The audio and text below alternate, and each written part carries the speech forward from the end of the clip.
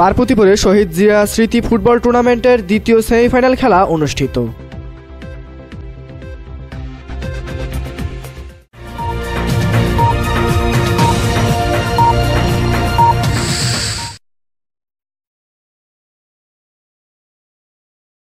আসসালামু আলাইকুম।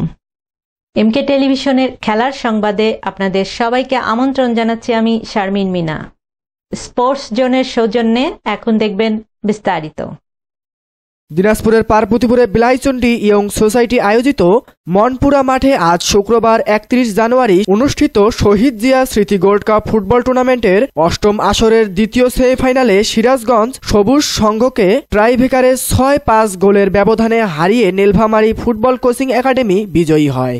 খেলার প্রথমার্ধে সিরাজগঞ্জ সবুজ সংঘ 2-0 গোলে এগিয়ে যায়। দ্বিতীয়ার্ধে নীলফামারীর দলে বেশ কিছু তারকা ফুটবলার গোল পরিশোধে জ্বলে ওঠে মধ্যমাঠে। দ্বিতীয়ার্ধের 5 মিনিটের মাথায় দুর্দান্ত গোলরক্ষক ছেন্টুকে পরাস্ত করে সিরাজগঞ্জের জালে বল জড়ায় রবি। 15 মিনিটের মাথায় আরও একটি গোলের সুযোগ লুফে নেয় নীলফামারী দলের সাগর। ফলে 2-2 গোলের সমতা ফিরে খেলায়। রেফারির শেষ বাঁশি বেজে ওঠা পর্যন্ত কোনো দলই গোল না পাওয়ায় ট্রাইভেকারে গড়ায় টুর্নামেন্ট। প্রথম 5-5 গোলে সমান থাকে দুদলই। দ্বিতীয় 1-1 গোলের সুযোগে সিরাজগঞ্জ দলের মান্ডির দুর্বল কিক আটকে দেয় নীলফামারী দলের গোলরক্ষক জসিম।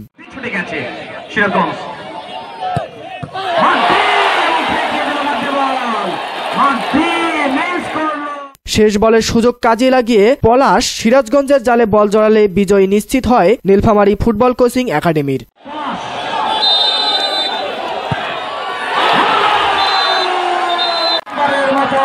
ফাইনালে মঞ্চে পৌঁছে গেল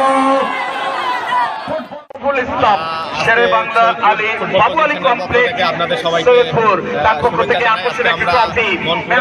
ঐতিহ্যবাহী ফুটবল টুর্নামেন্ট 2025 আমরা 24-25 আসরে আমরা আজকে সেমিফাইনাল ফাইনালে ওঠার গৌরব অর্জন করলাম।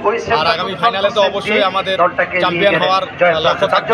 আর আজকে সেমিফাইনাল ম্যাচে জয়লাভ এত সুন্দর একটা উত্তেজনাপূর্ণ 2 গোল খাওয়ার পরে 2 গোলে কামব্যাক করে জয়ী। অবশ্যই আমাদের মনে এখন হাত ভাঙা উল্লাস। আপনারা সবাই দোয়া করবেন আমরা ফাইনালে যেন চ্যাম্পিয়ন হই। বিলাইচন্ডী ইয়ং সোসাইটি সভাপতি জাহাঙ্গীর আলমের সভাপতিত্বে টুর্নামেন্টের প্রধান অতিথি ছিলেন প্রকৌশলী AZM আরিফুল হক রিয়েল। উপস্থিত ছিলেন উপজেলা বিএনপির সাধারণ সম্পাদক অধ্যাপক জালাল উদ্দিন, মডেল থানার SI আব্দুর রশিদ ও আলহাজ হানিফ উদ্দিন সহ আরো অনেকে। নাহিদ হাসান, ক্রিয়া ডেস্ক, এমকে টেলিভিশন। শেষ করছি এমকে টেলিভিশন খেলার সংবাদ। এতক্ষণ সাথে থাকার জন্য অনেক অনেক ধন্যবাদ।